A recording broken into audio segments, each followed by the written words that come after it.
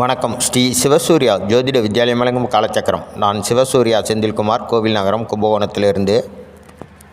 நீங்கள் மிருகசீரிஷம் 1ஆம் பாதத்தில் பிறந்திருந்தால், அதாவது நான் ராசிக்கு சொல்ல, ஏன்னா இந்த மிருகசீரிஷம் 1ஆம் பாதம் 2ஆம் பாதம் 2 பாதமும் ரிஷபராசி மண்டலத்தில் வரும்.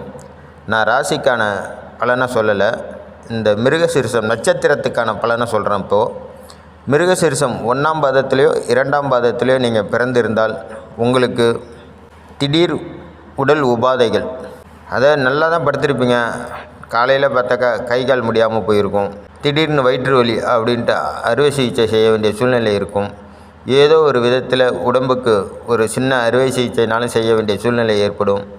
அல்லது சின்ன சின்ன விபத்துக்கள்லேருந்து பெரிய விபத்துக்களையும் நீங்கள் சந்திக்க வேண்டியிருக்கும். உடல் ரீதியாக உங்களுக்கு பாதிப்பு இல்லைன்னா கண்டிப்பாக உங்களுக்கு உடைமை ரீதியாக பாதிப்பு ஏற்படும். உடைமைனா உங்களுடைய பொன் பொருள் சேர்க்கை, இது மூலயமா கண்டிப்பாக உங்களுக்கு பாதிப்பு ஏற்படும்.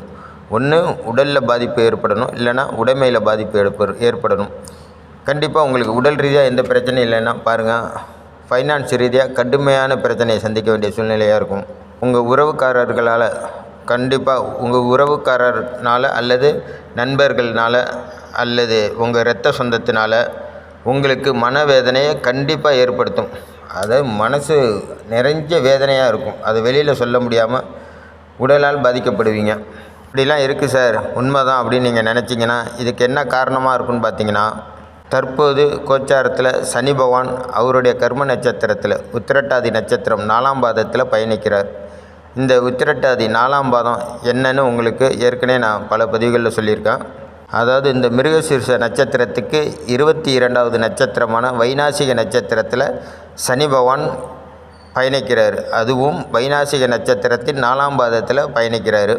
ஆமாம் சார், எனக்கு இந்த மாதிரிலாம் பிரச்சனை இருக்குது அப்படின்னு நீங்கள் நினச்சிங்கன்னா நீங்கள் நம்ம சேனலில் போய் மிருகசீரிஷ நட்சத்திரத்துக்கான வைநாசிக நட்சத்திரத்தின் கோவிலும் அதற்கான பரிகாரமும் சொல்லியிருப்பேன், அதை போய் பாருங்கள். இப்படி போக முடியல அப்படின்னா உடனடியாக வருகின்ற தேய்பிரை அஷ்டமி அன்னைக்கு புது அகல் விளக்கு வாங்கி அதில் கருப்பு துணியால் தீபம் ஏற்றுங்க. நல்லெண்ணெய் ஊற்றி கருப்பு கடா துணி வாங்கி அதை திரிநூலாக ஆக்கி அதில் தீபம் ஏற்றுங்க. 8 தீபம் ஏற்றணும்.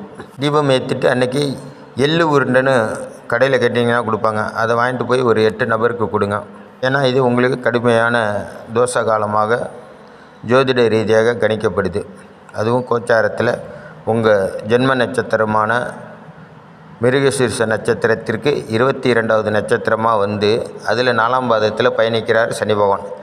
அந்த வைநாசிக நட்சத்திரத்தின் அதிபதி வைநாசிக நட்சத்திரத்தில் 4ஆம் பாதத்தில் பயணிக்கும்போது கண்டிப்பாக கடுமையான தோஷத்தை ஏற்படுத்துவார்னு நான் இந்த வைநாசிக தோஷத்துக்கான வீடியோவில் பலமுறை சொல்லியிருக்கேன்.